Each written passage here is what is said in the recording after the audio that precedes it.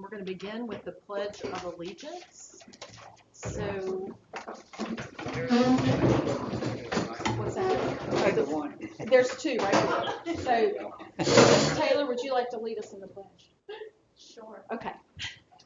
I pledge allegiance to the flag of the United States of America and to the republic for which it stands, one nation, under God, indivisible, with liberty and justice for all. Thank you. Have anyone here that would like to do our invocation tonight? I will if no one wants to. Thank you, Mr. Althouse. Let's pray. Dear Heavenly Father, Lord, we thank you for another day of life you've given us. Lord, we thank you for being our creator. Lord, thank you for creating us with dignity and worth. And Lord, I just thank you for these folks that are here tonight, helping and working at making sure things go smooth at our school. Lord, I pray that you'll help us to have the wisdom that we should have and making decisions that we need to make. I pray that you'll bless this upcoming year, and may we continue to please you in your precious name. Thank you for sending your son to die on the cross. Amen. Okay. At the January meeting of every year, it's the reorganization of the board. And the first item is election of the chairperson. So do I have a motion to nominate a board member as the chair? I'll make a motion to nominate Trace Ellison. Okay. Second that. Second. Okay. All in favor, raise your hand. Faye, I'll let you do a verbal. I'm sorry, I should have done a verbal. Do you approve? Yes. Yes, okay. So at this time, it's my pleasure to turn the rest of this meeting over to Mr. Belisai as chair. Thank you, guys. All right, do we have a motion for anyone as the vice chair? I'll make a motion for Darren Gilreath to be vice chairman. All right, is there a second? I'll second. All right. I guess will you poll the board, Ms. Belcher, since Faye's on the phone? Mr. Kevin Althouse, Yes. Mr. Darren Gilreath, Yes. Mr. Walter Marston, Yes. Ms. Faye Powers. Yes. And Mr. Trace Ellison. Yes. All right, and we will move on. Do we have a motion to approve Jessica Belcher as the school board clerk? I'll make a motion to approve Jessica Belcher as school board clerk. I second that. All right. Ms. Belcher, will you poll the board again? Mr. Kevin Althouse, Yes. Mr. Darren Gilreath, Yes. Mr. Walter Marston, Yes. Ms. Faye Powers. Yes. Mr. Trace Ellison. Yes. All right, is there a motion to appoint Jesse Gills as the school board deputy clerk? I'll make a motion to appoint Jesse Gills as deputy clerk. I'll second. Ms. Belcher? Mr. Kevin Althouse, Yes. Mr. Darren Gilreath, Yes. Mr. Walter Marston, Yes. Ms. Faye Powers. Yes. Mr. Trace Ellison. Yes. You want to speak on student representative stuff, or? Sure. According to BSBA policy, we can have a student representative on the board. The student representative does not vote, but is here to give input or to possibly do any assignments or research projects or for information for the board. And so the process is the principal recommends two nominees to me, and then I review, and I selected Ms. Randall Taylor to be our student representative. We have not had a student representative for many years. It's been quite a while. Yeah. What's your name? Randall Taylor. Randall Taylor. Randall is a junior, and so she will serve for the 2023 year, and then we'll recommend another junior for next January. So we can have a transition period. So there's some training that she can go to, and we're excited to have a student viewpoint on the board. So Yeah, definitely agree. Yeah, there's something we've been missing, having student viewpoint, and then hopefully the PTO stuff too eventually. Yes. So hopefully have some more input in the long run. So I'm glad to have you here. So do we need a nomination? Yep. Is there a motion to approve Randall and Taylor as the school board student representative? I'll make a motion to approve Randall and Taylor as, student representative. I'll second that. All right. Ms. Belcher? Mr. Cameron O'Connor, Yes. Mr. Darren Gilbert, Yes. Mr. Walter Marston, Yes. Ms. Faye Powers. Yes. Mr. Trey Phillips. Yes. Okay. All right. Welcome. We're glad you're here. Next up is the Roanoke Valley Governor's School representative. I've been doing it for the past couple of years. I'm happy to keep doing it unless anybody else would like to. I'll make a motion that Trace Belside to continue doing the Roanoke Valley Governor's School Board. I'll second that. Ms. Belcher? Mr. Kevin O'Connor, Yes. Mr. Darren Gilbert, Yes. Mr. Walter Marston, Yes. Ms. Faye Powers. Yes. Mr. Trey Phillips. Yes.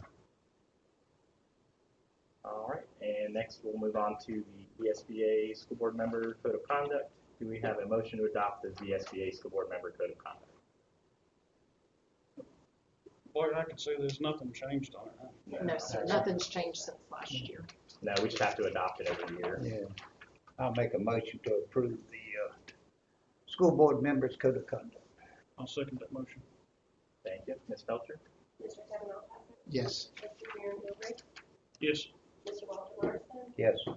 Faye Powers. Yes. Mr. Trey Phillips. Yes. All right, and do we have a motion to adopt the VSBA Code of Conduct for School Board Clerks? I'll make a motion to adopt the VSBA Code of Conduct for school board clerks. Is there a second? I'll second. Thank you. Ms. Belcher? Mr. Kevin O'Connor, Yes. Mr. Darren Gilbert, Yes. Mr. Walter Marston, Yes. Ms. Faye Powers. Yes. Mr. Trey Phillips. Yes. All right. Do we have a motion to adopt the Craig County School Board governance norms and protocols? That hasn't changed Yeah, I would say I don't think either. anything's changed on Nothing's that either. changed. I didn't see anything. No, it's not changed. I make a motion we adopt the Craig County School Board Governor's norm and protocols. I'll second that motion. Thank you. Ms. Belcher? Mr. Kevin O'Connor, Yes. Mr. Darren Gilbert, Yes. Mr. Walter Marston, Yes. Ms. Faye Powers. Yes. Mr. Trey Phillips. Yes. Is there a motion to appoint Heather Duncan as the superintendent's designee for 2023? That's the, just to make sure everybody knows, that's the person that would step in for Jeanette if she's unavailable. I'll make a motion to adopt Heather Duncan as superintendent designate for 2023. I'll second that. Ms. Belcher? Mr. Kevin O'Connor, Yes. Mr. Darren Gilbert, Yes. Mr. Walter Marston, Yes. Ms. Faye Powers. Yes. Mr. Trey Phillips. Yes. And then do we have a motion to approve the 2023 school board meeting dates? Make a motion to approve 2023 regular meeting schedule. I'll second that motion. Thank you. Ms. Belcher? Mr. Kevin O'Connor, Yes. Mr. Darren Gilbert, Yes. Mr. Walter Marston, Yes.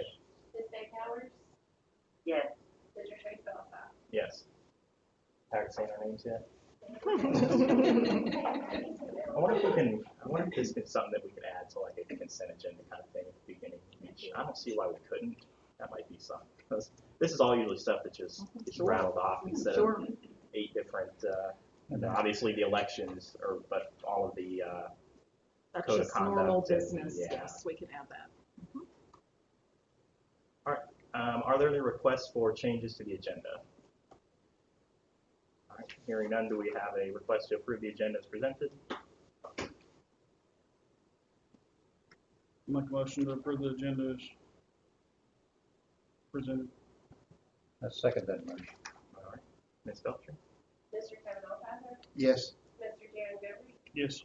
Mr. Walter Marston, Yes. Ms. Faye Powers. Yes. Mr. Trey Phillips. Yes. All right, then we'll move on to 5-1 VFW awards. Yeah, it's our pleasure tonight to recognize the 2022 VFW Awards. The Voice of Democracy Award, first place was given to Mackenzie Lucas. I don't think Mackenzie's here tonight. She's probably at a boys basketball game supporting her brother. The Patriots pin, first place winner was Natalie Fisher. And the VFW Teacher of the Year for McCleary is Missy Frazier. And Missy, if you could come forward. I'm just gonna let you hand me this over. Okay. Well, let me step out. That's okay.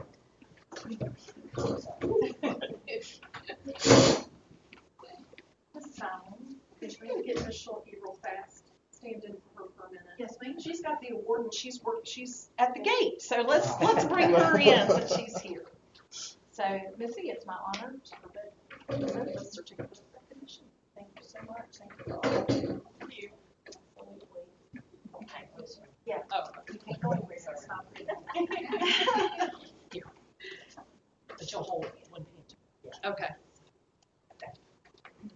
You gotta do it at the end. Yeah. Molly's here. Well, we can clap. Yeah, we can.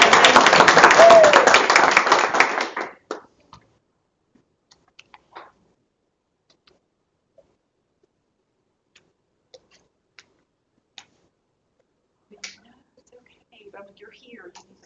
Too late. Yes, that's right. You've already been spotted.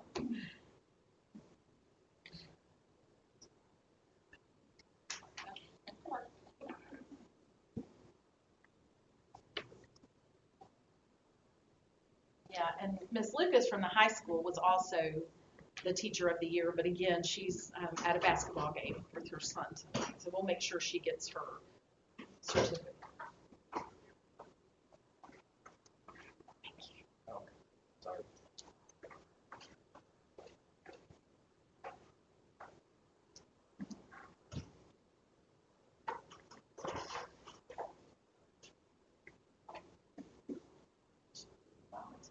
She is going to be a boy, a little boy.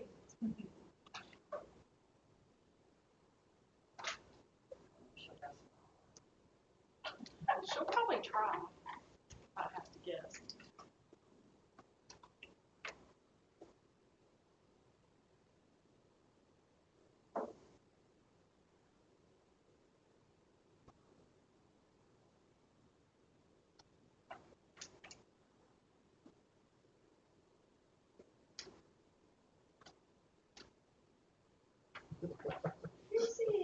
Hi, Miss Schulke. Come in. Miss Schulke, we want to recognize you for receiving the VFW Teacher of the Year for the middle school. So let's give her a hand. We appreciate all you do for our students. And let's get y'all to hold your certificates and we'll take a picture.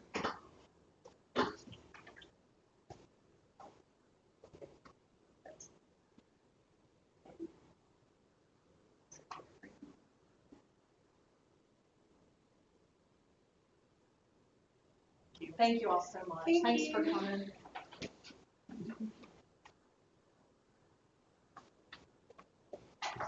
Okay.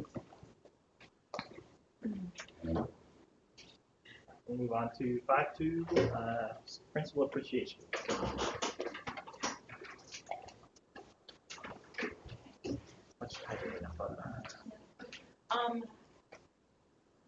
Governor Youngkin has declared this week as Virginia School Principals Appreciation. And I'm going to read the certificate, the declaration. Whereas principals serve as educational leaders responsible for managing the policies, regulations, and procedures necessary to ensure a safe, vibrant, and effective learning environment for all students in Virginia's public and private schools, and whereas principals must work collaboratively with teachers, staff, students, parents, and the community at large to prepare every student for success in life as productive members of our economy, informed citizens in our democracy, and engaged participants in our communities, and whereas school principals work cooperatively to direct, develop, and inspire all members of the school staff and student body to embrace and meet high expectations so that every child reaches their potential, and whereas principals are critical to creating strong partnerships between school and home that are based on open communication and a culture that welcomes and engages parents in the learning process, and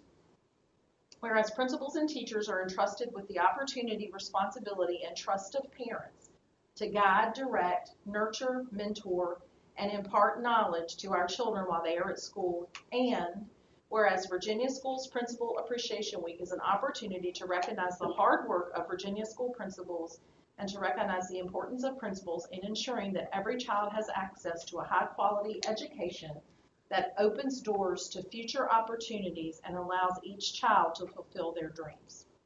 Now, therefore, I, Glenn Youngkin, do hereby recognize January 15th through 21st, 2023 as Virginia School Principals Appreciation Week in our Commonwealth of Virginia, and I call this observance to the attention of our citizens.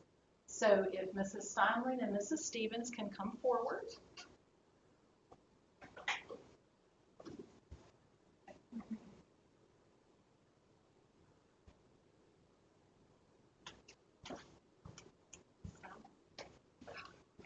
Thank you so much. And then, Ms. Stevens. Thank you so much. Thank you so much. We also have some flowers for Ms. Blevins, so I'll make sure to deliver those tomorrow, and I'll give them just a minute. Thank you. So, we'll take a picture. Hold your proclamations. Here we go. Can I help? Sure. And this says presented to Kelly D. Stevens.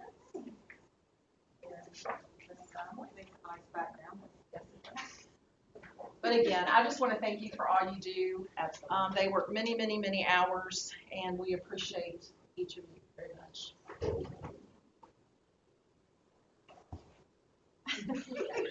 Here we go. 1, 2, 3, 4. Thank you all so much. And then I think I do have a student that's coming in. Come on up, Miss Fisher.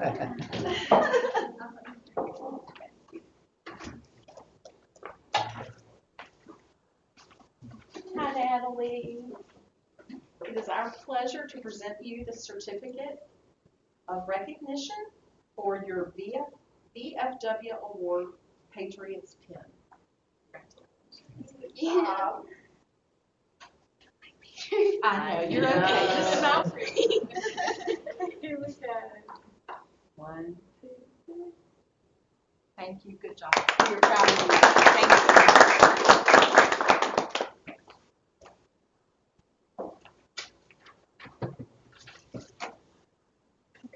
Thank you, Ms. Forward. Thank you. It looks like we've got a public hearing on the budget. We'll go ahead and open the public hearing if anybody would like to address the board on budget matters. And I'll just make a comment that, we're in the second year of the biennium, so it's a short General Assembly session. And we, as always at this time, we only have preliminary numbers, and we'll of course be presenting more at the next board meeting, but we just want to give the opportunity if anyone has anything they'd like to speak about that would like us to focus on, we just want to give this opportunity for anyone to talk about budget. So if there's anybody that wants to speak now, anybody that wants to come up at this point? Okay. All right, so we will close public hearing. I see. And citizens and delegations, Ms. Belcher? No. All right, skip right over that one too then. Then we'll move on to the superintendent's report, 8-1, fiscal year budget schedule. And just before you is the budget schedule. And of course it started with our preliminary budget presentation and the hearing, but there's nothing to present now because the numbers are it's too soon. And then March 16th is the joint budget work session with the Board of Supervisors. So we'll have another work session next month, and then we'll have another public hearing March 14th, and then we'll have the joint budget work session with the Board of Supervisors. And of course, that's the goal to adopt the budget on April 11th, 2023. I'm in the process right now of getting budget requests from the buildings and the departments, so those will be coming in. So I'll be preparing those so that as we look at the budget, we make sure we're meeting the needs of the staff here. And Randall, you want not to put you on the spot? You want to say anything about the budget, or you want to wait till the next meeting? maybe. That sounds good. I just don't, I want to make sure, but yeah, and we'll talk beforehand so you'll kind of understand what we're doing. Okay. All right. One thing that was asked, somebody asked me was, do we have a third-party audit committee that audits any of our budget, finances? Yes. We have an audit, we're included with the Young audit, so yeah, our books are audited. So there's a third party? Oh, yeah, it's an independent CPA firm, they issue an opinion, and, I give you all copies generally, and they just did a presentation in December, supervisor. So they present every year, and they issue, Do they come to the school board and do an opinion too? I didn't remember that last year, that's why I was wondering. No, they audit our books, they're there several times a year. I mean, we haven't put them on the agenda. That's certainly Yeah, that's something what that we can do for And we you. usually let you all know too that, hey, they're gonna be there in December at the county. And I'll make sure, maybe I didn't bring you all the copies, but I generally get a copy of the audit. So I'll make Okay. sure that I get it to Yeah, and they usually, because they audit us in the county you. during the same, period of time. So usually at the Board of Supervisors meeting, they present the audit, but we can certainly add And it is it to our public, agenda. like in the newspaper or something? I know a lot of places put them like in the newspaper, like county I audits. know, I'm They sure the I county don't does, think correct? they put- I don't think they put it in the There's no paper. requirement that they have. Yeah. I mean, they it's- just it's post public, it. like It's anybody, posted. you know, But they anybody put can get a our copy budget- of it. They put the budget in the, paper. Okay. And we're included as part of the county. But I'll check and make sure, I should have a budget. They gave them to me. But we can put it on the agenda for the public too, just to see like how we was graded, I guess. I know a lot of places get like an audit, basically like a grade. We did well in one part of our audit. Well, I mean, it's like Pass. Yeah, I was gonna say, that's what, all the ones I've seen are just like, Recommendations there's or nothing findings. bad here, Yeah, basically. right. Yeah, it's not, or the ones, cause like Walter knows, we get them for the rescue squad, we do every year. I mean, we could probably ask RFC to come to one of our meetings, but like I said, they do go to the county if anybody's. They present the audit findings for us and the county as well. But at the county, yeah, but no, I agree, I think Sure. it'd be good if they came and presented them here too, since we're included in there. It'd be a good Sure. idea. So Ms. Duncan, which meeting would we want to have that at? Probably the December, because they usually do it at the end of That's the when year, yeah. That's when they're done. But do you want to add it for February? Do you want to hear For last year's. for last year's? Yeah, it'd be fine. So we'll add that to the February. Okay, so we want to get that. Yes, thank you. Any other comments on budget stuff? Or schedule? All right, we'll move on to facilities update. Yeah, there, for your review is the, what's okay, yeah. We'll make sure you have that. For the three projects now, and we talked a little bit about this in our walkthrough, the auditorium, currently under construction, we've got the floor in, the next step is painting, then it will be carpet, and then of course the seating. We hope that it will reopen March 13th. That's the goal. But just note that everything is dependent upon the supply chain, which we have been battling now for a couple of years. So that's the projected completion date. And just for the public to know, our next meeting in February will be held here as well. Hopefully, we can have our March meeting in the auditorium. If it's not completed, then we'll have it in here again. Locker rooms. The construction is scheduled to start March 15th and in the end of June 30th. And then the gym will be closed May 29th after the last day of school through October 1st. So we'll be working with Ms. Steinlein to work on that schedule at the beginning of the year. But the first step in there, we're getting new HVAC equipment, so they have to remove the old equipment, they have to paint, they have to install the new equipment, then they have to acclimate the temperature, then they can start working on the floor. the wooden floor. Is that correct, Mr. Yes. Gills? Did I get that correct? So, so they've got to get it time for what the wood to kind of acclimate before they can put it down, right? So it doesn't warp or warp. Yeah. So this is the timeline for our current construction projects. Any questions on those? All right, then we'll move on to the safety update. Yeah, the next update on the safety update is the emergency teams for Craig County has received training in Stop the Bleed, which is school intruder training, hands-on training for staff. So they are now qualified to be trainers, and Trace, you may can speak to some of that. I know you well, just so completed that. Stop the Bleed is just it's not the intruder stuff, but they're going to be doing that as well. Yeah, but The Stop the Bleed specifically is, I mean, just what it says. It's about stopping bleeding if something were to happen, a major bleed. Looking at the county's looking at getting either we would see if we can find some grants for stuff. If there's equipment that would go where the AEDs go and stuff, which I've also talked to Ms. Warwick about putting some additional AEDs out and stuff because we don't, in my opinion, have enough currently. But yeah, we talked about even just doing a whole day at the beginning of the school year for like safety and health training and stuff. So doing, the people that are required to have their CPR, updating their CPR and doing this training, and then working with the sheriff's office to see what kind of training they want to do, like the intruder stuff. So that would be, hopefully moving forward, maybe have like a day dedicated to that at the beginning of every year for the staff. as one of our professional development things.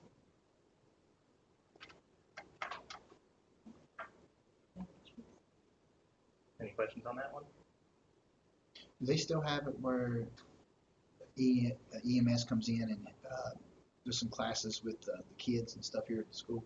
So that's something I've been trying to look into on the rescue side, not so much as the school chairman side, but so it was CERT. There was a community emergency response team program. They used to have federal grants for that. They don't anymore. So the funding piece is what I'm trying to figure out right now, whether we can find some other grant that it would qualify for, or the county, or split between the county and the school. I'm working with Daryl to try to figure out how we can go about funding the program again, since they did away with the grant for it. That's a good thing. It was, yeah, and even again from the rescue side, it's a great kind of recruitment tool for us. So I definitely want to get that back in here. But. Yeah, and we're currently hoping to maybe get one or two of our current staff members as certified CPR instructors to see if they could also help with training of staff that need it for recertification, as well as possibly including that within like our PE classes. Mm-hmm. So that's something we're looking into now about trying to get what it takes to get a staff member or two trained to be the trainer. Mm-hmm. So. Yeah, and then once we've got a few staff members too, something like we've talked about in the past is requiring all staff to be CPR trained, not just, because right now only the state requires teachers, but that's the only requirement. I think once we got some trainers, if we could do CPR training here within the school and not have to rely on anybody else, I think it's worthwhile considering just making a requirement of all staff members. CERT was a good program. Yes. It was, yeah, I really enjoyed it when I was. CERT. Yeah, how were you? But then the Reuben, they did away with the CERT program entirely. Mm-hmm. Yeah, so we're still trying to, because Heather, who taught it down here in the past, Heather Medini, is still interested in teaching it. So we've got somebody that would teach the class again. It's just finding the funding for it. Any other questions on that one? All right. Then we'll move into the academic review update. Yeah, an academic review was completed on December 1st at McCleary, and it's specifically in the area of science. And there for your review is the findings report. And Ms. Stevens and her staff used the reports from the academic review to craft their continuous school improvement plans, which you have later on in the agenda to approve.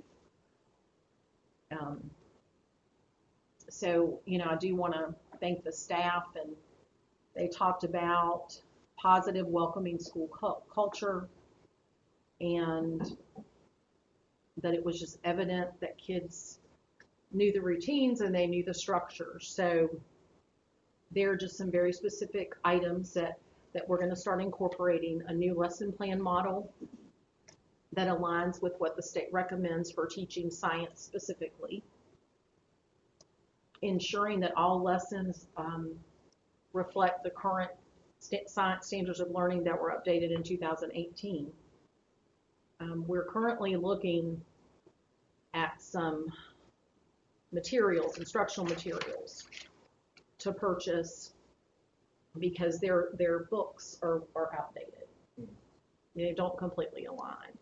And we've been talking to a representative, and Ms. Duncan and I have been looking. I think we have some of our ESSER funds, and we could qualify to purchase updated materials under the learning loss, especially since we're in red in science following COVID, when kids couldn't really do experiments and those kind of things when it was a lot of virtual learning.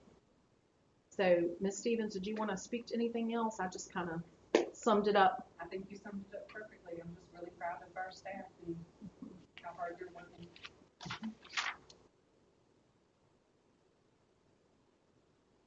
Any questions?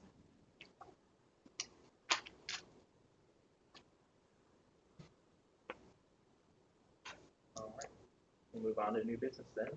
9-1 continuing school improvement plans. Okay. Annually, our schools are required to submit a continuous school improvement plan. And this year we have the template that's recommended by the state. And as I said, Ms. Steinling and Ms. Stevens have met with their staff, and then they have completed the continuous school improvement plan. If you read through them, it's very thorough with actions. They have to be measurable objectives that can be measured. And what we've emphasized to the staff is that this is a living document. When you write a plan, you don't write it and stick it on a shelf and don't look at it again. You need to be, as Ms. Stevens meet with grade levels and Ms. Steinling meets with her content area chairs, department chairs, they're going to be constantly looking at that and seeing where we are and what we need. And they're working on their budget snail, and I've asked them, talk to your department, see what it is you need. If there's anything specific you need as part of this plan, let your principals know so that we can plan to get it in the next budget cycle or possibly be able to get it now with some of our ESSER funding. So if anybody has any specific questions, Ms. Stevens and Ms. Steinling are here to answer any questions. But tonight we just need an approval of the plans for both schools. Do you have any questions on that? Everybody had a chance to look at them? Pretty in-depth. They're in depth. I have to applaud both of them and their staff. They worked very hard, and number of meetings over at the school board office working to work on that uninterrupted so that they could get this done, because it's quite a task. But now that we have the new forms that the state recommends, you've got a starting place. So from now on, it will be just changing your plans as you need to and adjust. So thank you all for your hard work. Do we have a motion to approve the comprehensive school improvement plans for Craig County Middle and High School and Cleary Elementary? I'll make a motion to approve the comprehensive school improvement plan for Craig County Middle High School and Cleary Elementary. Is there a second? I'll second that. Ms. Belcher? Mr. Kevin Alcott, Yes. Mr. Darren Ferry, Yes. Mr. Walter Morrison, Yes. Ms. Faye Powers, Yes. Mr. Terry Felton. Yes. All right, and we'll move on to 9-2, inclusive practice of self-assessment and action planning. Yes, this is now required by the General Assembly to complete and report the results of an inclusive practice self-assessment and action planning once every 3 years, and it starts with this school year. So this is the first time we've had to conduct this. And basically what this is, it's a tool to review our inclusive practices. To what extent are we educating special education kids with typically developing peers? So each school looked at their data, and you can see the first one is McCleary. And for McCleary, it was yes for everything, which is great, except that our supports and staffing for students with disabilities scheduled before the master schedule is developed. And at both schools, we had to say no on that. But what we know is that this year, before we launch into the master schedule, we've got to look at where it's going to be appropriate for our students with disability.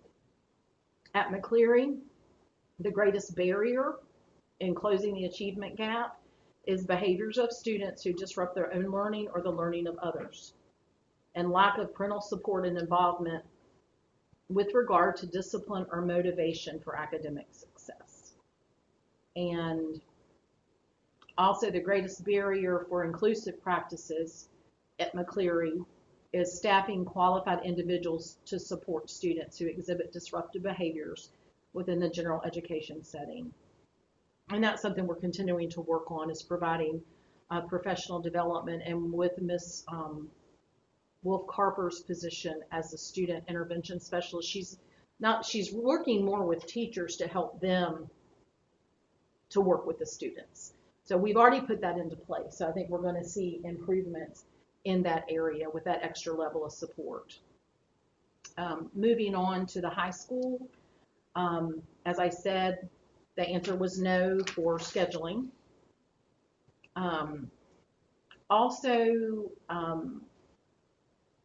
One of the questions is, does the faculty understand the importance of shared responsibility for all students? And they said yes. And the next question is, do they model it? And they said no. And again, this is a self-assessment. And basically, I think it's just a continuing message that any student is your student. It doesn't matter if they're gifted, if they have a disability, if they're in your classroom, they're not just the responsibility of the special education teacher. They're everybody's responsibility. So that's what that means, is just continuing to work with the staff and understanding that. And also, it's the implementation of a school-wide positive behavior support process. And that is something we do not have at the middle and high school. So that's something that Mrs. Steinling will be working with her staff. And we've talked about this before at meetings, to try to recognize the positive things that are happening. And I know they're doing some great things with the artist spotlight and, so just continuing to work to put the positives out there for students and staff. So any questions about that? So basically, we just need board approval of this self-assessment. We have a motion to approve the inclusive practice of self-assessment and action plan document. I make a motion, we approve the inclusive practice of self-assessment and action planning. Is there a second? Second that motion. Thank you. Ms. Belcher? Mr. Cavanagh? Yes. Mr. Earl Kirby? Yes. Mr. Walter Marston? Yes. Ms. Faye Towers? Yes. Mr. Terry Stump? Yes. All right, we'll move on to the updated ESSER spending plan. Yeah, we are required to update our spending plan.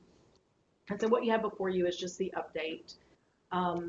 There is no changes really, because our ESSER, it's very specific what we're spending our money for. It just, again, talks about the construction projects that I just mentioned.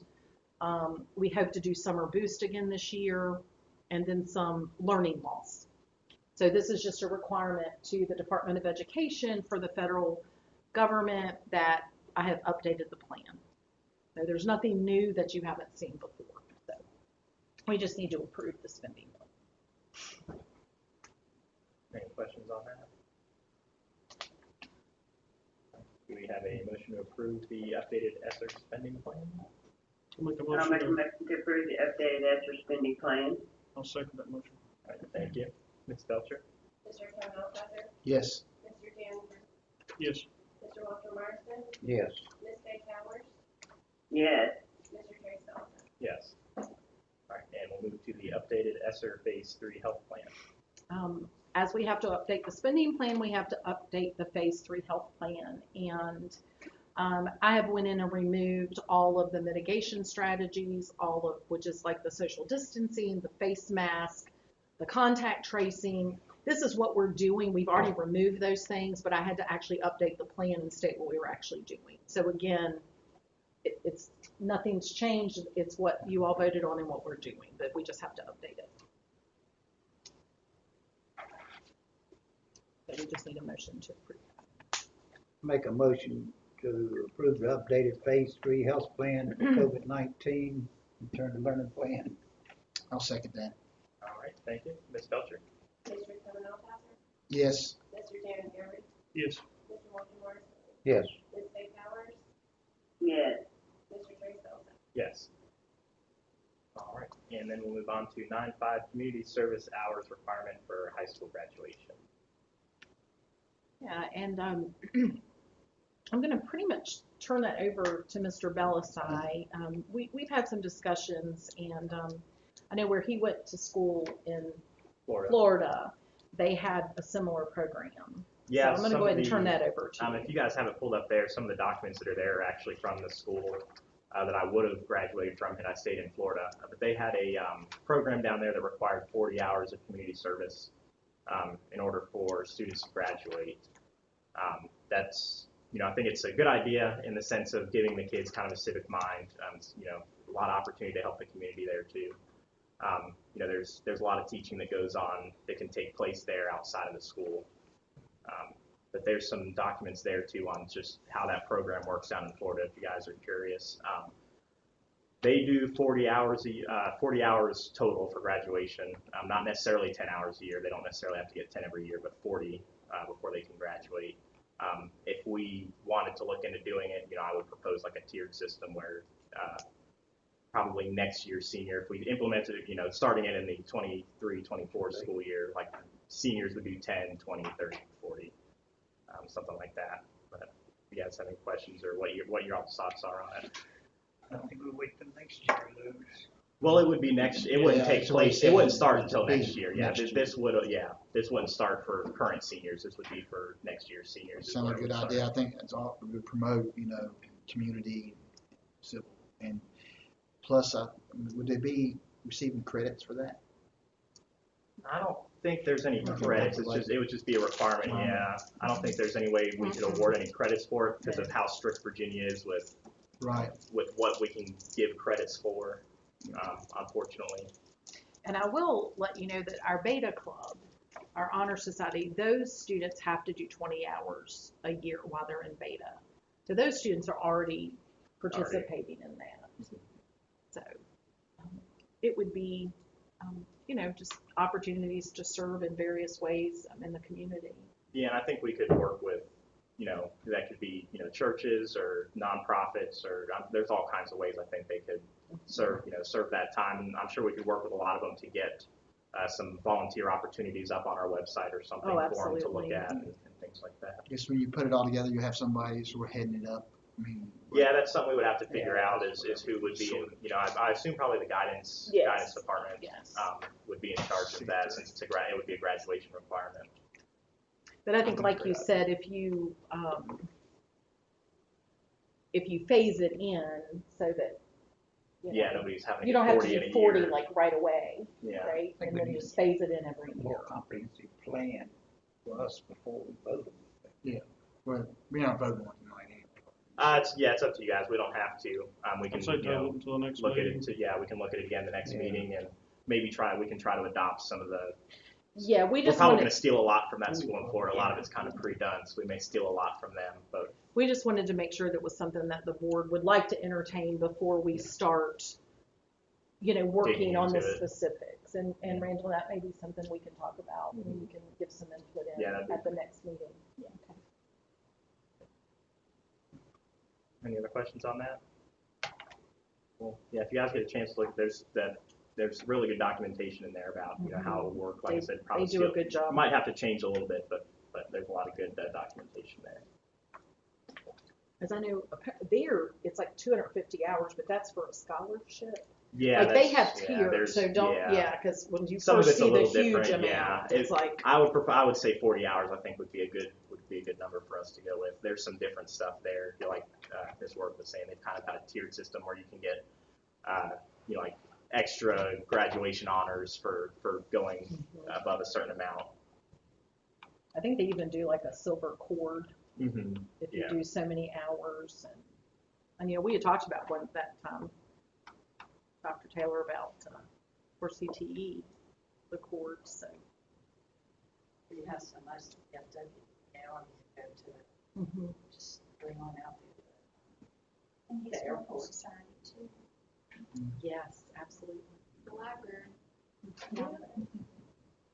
Thank you, that's great. All kinds of opportunities. Mm-hmm. All right. And then we'll move on to the consent agenda. Do we have a motion to pull anything off or approve the consent agenda as a whole?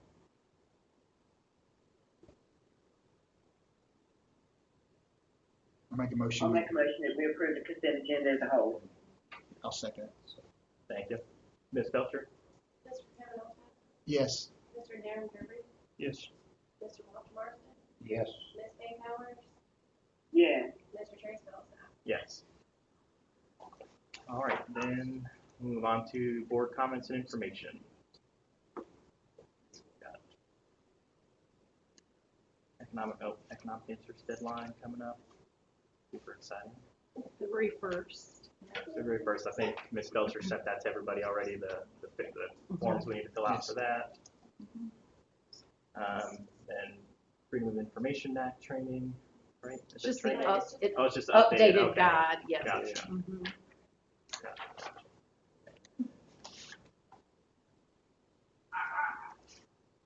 And then just VSBA conferences. The next one is the Capitol Conference. If anyone's interested, let Ms. Belcher know right away. And then we've got our comment box submissions. Had quite a few this go around.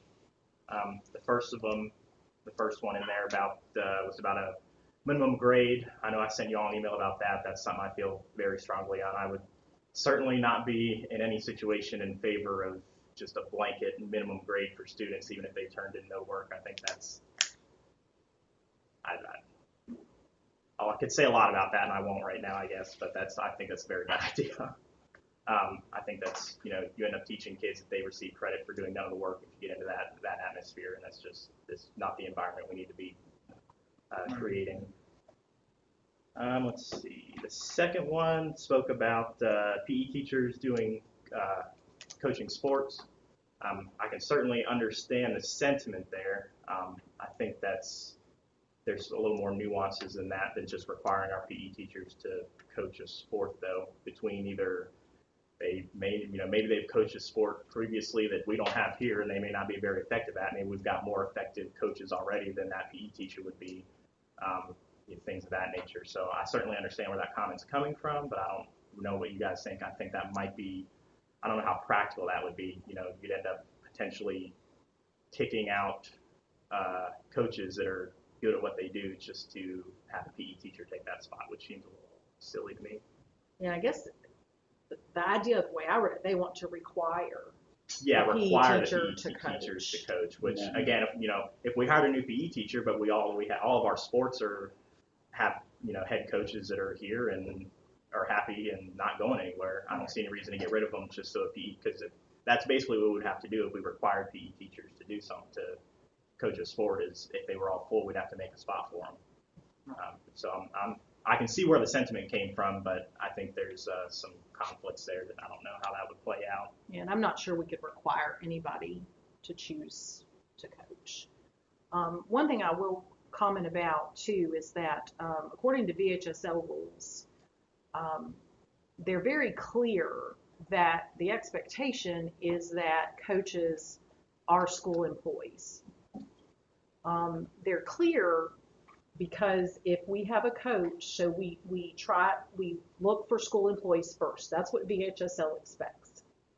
If we can't find anybody, then I have to complete a waiver form that VHSL, the executive director, has to approve for any coaches that are not staff. So I just wanted to say that since we're talking here, that's been the process for a number of years, and that's according to the VHSL handbook. So just, and I think part of that is, the staff, if they're here, they can check in with kids during the day. They can, check with their kids, and they're right here and very accessible to their players, their students.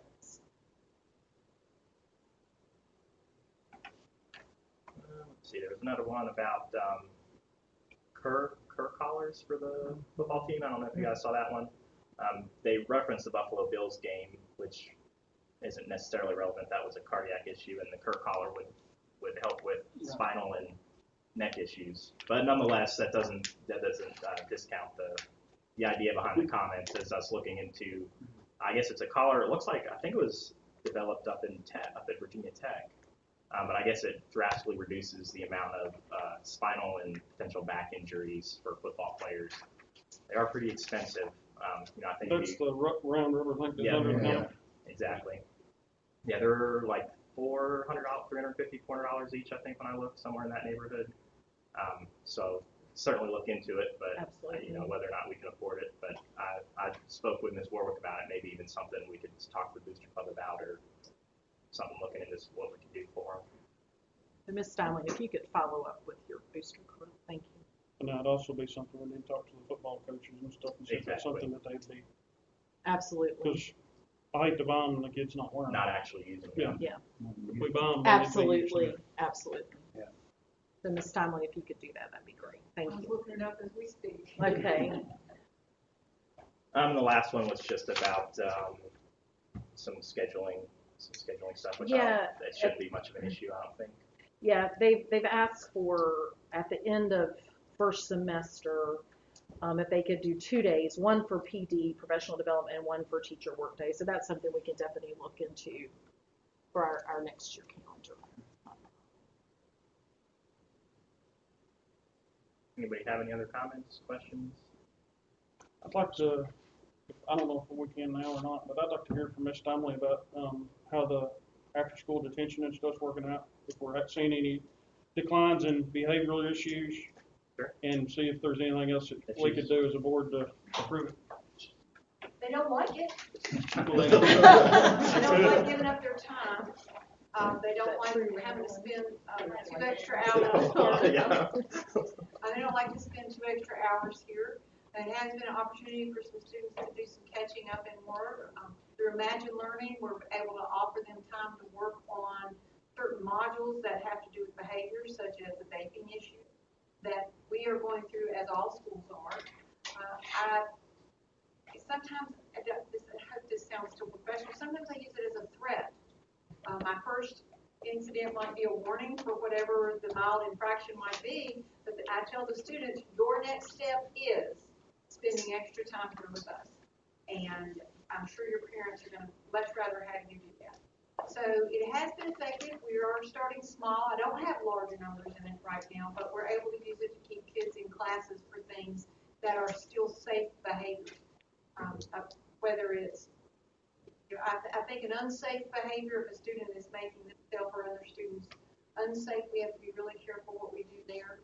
But for for behaviors that students can still be in the classroom and be effectively educated, we use it for minor infractions, nothing major, that kids don't like it. So I have had one student that has said, Ms. Conley, I have a job and I need help. I use that money and I've been able to work with him and spread his days out. But I've also explained to him that I'm willing to do Saturday school myself, if that's what it takes. And so we've gotten to that point. So it is effective, and I do appreciate allowing us to increase that. Is it improved, like the respect of the teachers and stuff, the kids respecting the teachers and stuff in the classroom? I've had less write-ups for that. I still have some incidents of that depending on whatever happens on a day-to-day basis, but I am having less. I'm receiving less information from teachers. I want to make sure that I still keep that avenue clear. Do teachers write up? I tell them, give me specifically what has happened. Now, does the teachers schedule after-school detention, or does that have to go through you? I've asked right now, it's all coming through me and Mrs. Blevins. I've asked my department chairs to contact their departments to see how we can make this feasible and manageable. We have to be very balanced and make sure that they come to a consensus of what they want to do. Because I may have a teacher who wants to give after school detention for not bringing materials to class, and I may have some who want to wait. So I've turned that over to my department chairs and said, give me feedback before we pass it on to the teacher. Although I am willing to pass it on, but I'd like it to be consistent. But they can recommend to you, and then you go through. So yes, they are recommending, and then Miss Steinle, but the scheduling itself, because she's got to make sure she's got enough staff in there. So, but they can recommend ASD. Absolutely. Oh, definitely, and I want them to, because I want to know their passion. I want to know what they think specifically of the incident that occurred. Do you have any ideas how to, I guess, prevent, or I know you've worked different scenarios about the bathrooms being tore up. Do you have any ideas that you can throw at the board to see if something can be done to kind of slow that down?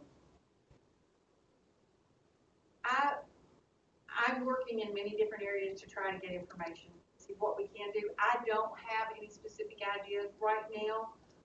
When we have an influx of information or influx of poor behavior in the restrooms, I have limited it. We are doing another training tomorrow on e-hall pass to make sure that only a specific number of students are in the hallway so we can narrow it down to exactly what is happening with who. So we're getting better at using e-hall pass, but I have to know specific students of exactly what is happening. Sometimes that's not so easy to track. Are they any way possible to have a teacher's assistant or anything go in there before the bell rings and check the bathroom, check to see if anything's tore up, and that way you can just look back through that short video footage to see who's been in there and kind of narrow down who the... I'm smiling because that's what I did. Yeah. I did that up until the last point where we had, I had 6 different times where assistants would go in. And I lost one of my assistants. He went to another work, and I replaced that person with a female. So I have not been able to redo that schedule just yet. So that was one of my ideas, to go in and be able to have that happen. And the young men aren't real happy with that. They feel like that they're having to be checked upon. But I tell them, I'm sorry, if we would behave in there, we wouldn't have to have that. Absolutely. Yeah. I mean, that's my opinion. You know, they're going to act like toddlers, they got to be treated like toddlers. If they're going to continue to tear up property, they need to, I mean, that's just the punishment for it. I would like to thank the board for the new cell phone policy. We are seeing more students turn in their cell phones into the caddies, and we have less problems with them going off in classrooms, and we have less problems with instruction being interrupted. Thank you. Good. Thank you. Yeah, I came down last week, was down here, happened to be down when one of the bell changes, and several teachers were just out there like holding the caddy, like, all right, put them in. You know, so. And Ms. Steinle, is everyone using the pockets? Some teachers had them made last year. They had a caddy that was made specifically for the phones to fit in, and they have kept those. Every teacher has either that or one of these, and I have said to them, if you don't have one, I need to know, let's get you one. But I believe I have one in every classroom. Student walks in, teachers assign them a number so that they don't pull out the wrong number, or they have their caddy in the same instance. Allow teachers to decide what they wanted, but everybody has to have something. They can either have their wooden built caddy, or they can have that, but they must have something. But it is a policy that the teachers do enforce it in the classroom, that the cell phones are turned in. All teachers are. With the exception of the coding class, when Mr. Boyer allows students to create applications. Or we have one class that is Mrs. Nolan's class, who the students are allowed to take their phone out when they are tracking certain things out of the wing lab. Okay. So it's all instructional. That's all it. Instructional. Yes. Thank you. Ms. Stevens, how's everything going in the elementary school? Do you have any comments or anything for the board? I think you were talking about the after-school detention for the high school, middle school, and it's worked really well for the elementary school as well. We haven't had to assign it to very many students, but as Mrs. Simon said, it's kind of been a good threat to have to hold, especially students who like to actively do classwork.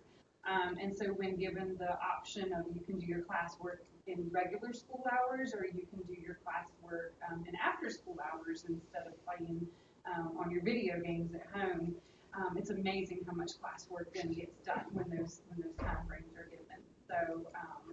So even just having that in my pocket to be able to do has been very helpful with some of our students. So you consider it a benefit to start them off with discipline early. So hopefully they'll do better in high school. And I do want to publicly thank the teachers that have signed up. I mean, as you saw tonight, we have an elementary teacher serving ASD, so many people are pitching in to do their part. So it's been great. And we haven't had to implement Saturday school yet, but we will if we have to. Thank you, Darren. Any other comments? All right, we're adjourned. Thank you, guys.